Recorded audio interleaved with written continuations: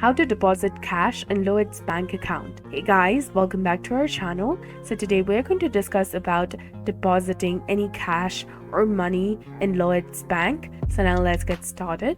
So Lloyds Bank now lets customers deposit cash at over 30,000 locations using a new app feature. And here's how it works. First, you need to go ahead and open the app or create a barcode, and then it will take you to the pay point location for scanning. Once you're over there, you can deposit up to 300 euros per day in cash, coins or notes, and a maximum of 6,000 euros each month.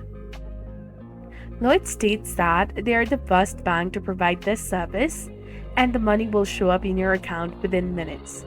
Here are other ways to deposit money into your bank account, either for yourself or someone else. By online, phone, or any mobile payments. You can make payments online by phone or using a mobile app. You can also pay other people or move money between your own accounts. Just log in online banking or the mobile app and follow the instructions.